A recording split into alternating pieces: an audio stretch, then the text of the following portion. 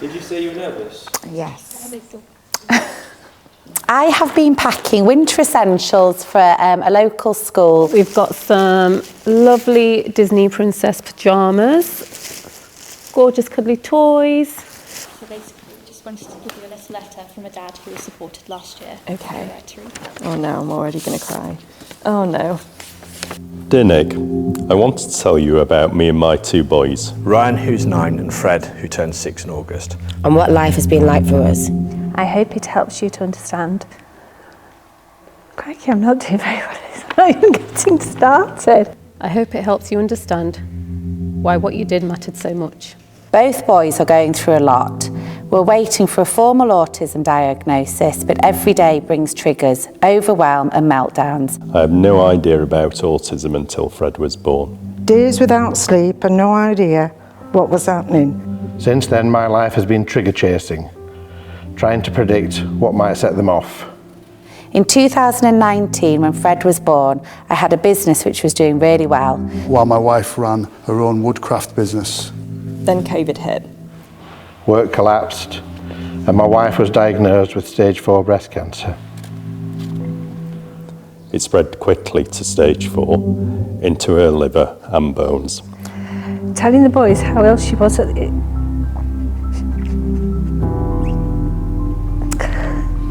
Telling the boys how ill she was is a moment that I'll never forget. At the same time, my dad had a stroke, which turned out to be a brain tumour. I had to close my business to care for them and be there for the boys. I was cycling between hospital, school, nursery and the supermarket. And then I lost both my wife and my dad. Blimey. It was hell. We waited months for benefits to come through, relying on food banks. I felt so ashamed. Even then, I'd tell them, if there's anyone more needy than us, please make sure they get it first. There were times when I went without eating so the boys had food. My personal hygiene just went out the window. Even after the benefits came through, we were still only left with about £300 to £400 a month for bills and shopping. It just wasn't enough. Grief and stress hit me really hard. I developed chronic fatigue and I pretty much spent 8 months in bed.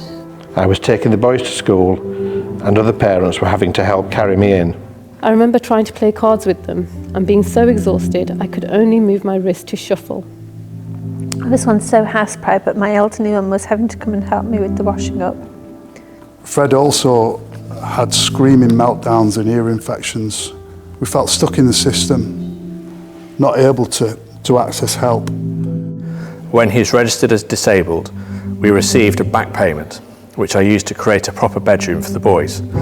Ryan with his game space and Fred with his sensory space. It was really important to me that they had somewhere they felt was safe and theirs. The cost of winter essentials would have taken money away from food, bills and their room. The support you gave us created a snowball effect. I'll never forget picking up shoes, coats and bedding from school, making up their beds and putting out new pyjamas. When the boys got home, they jumped straight in, snuggled up, and Fred was stimming, making little kitten noises. I was in tears. For the first time in a long time, I felt hope. I'm so proud of my boys. They're polite, respectful, and try so hard. But there's so much stigma around asking for help. The media makes it look like people who struggle are lazy or to blame. I was embarrassed going to the job centre. Embarrassed I couldn't give my boys the same shoes and coats their friends had. Accepting help had been really hard. Every day is still a fight.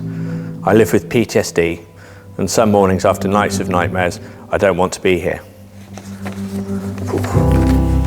But I remind myself that I must stay alive for them, even if only 10% of me feels able to carry on. I'm not asking for pity, just trying to explain. However little things may seem to some people, they mean everything to us. They brought me some time and a tiny bit of peace in a life that's been full of storms. Thank you for listening, Johnny.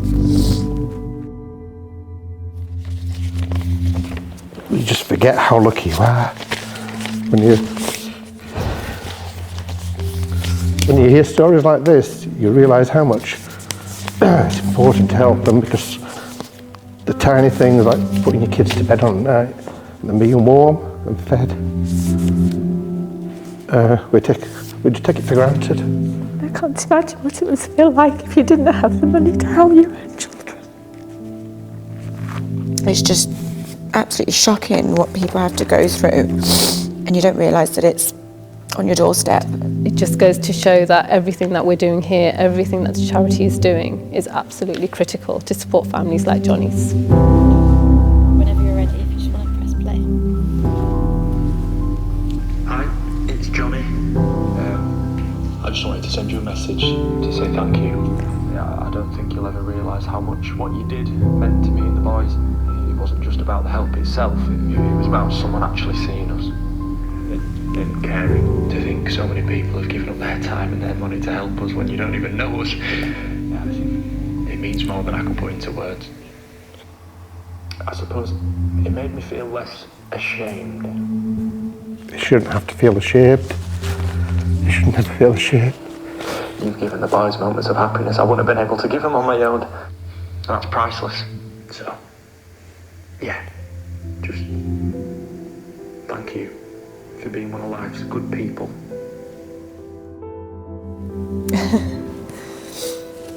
Thanks for that. Just to hear the bit of hope in his voice, that he can actually, there is help out there people who want to help, and that he's actually getting that help is, yeah, it's just amazing.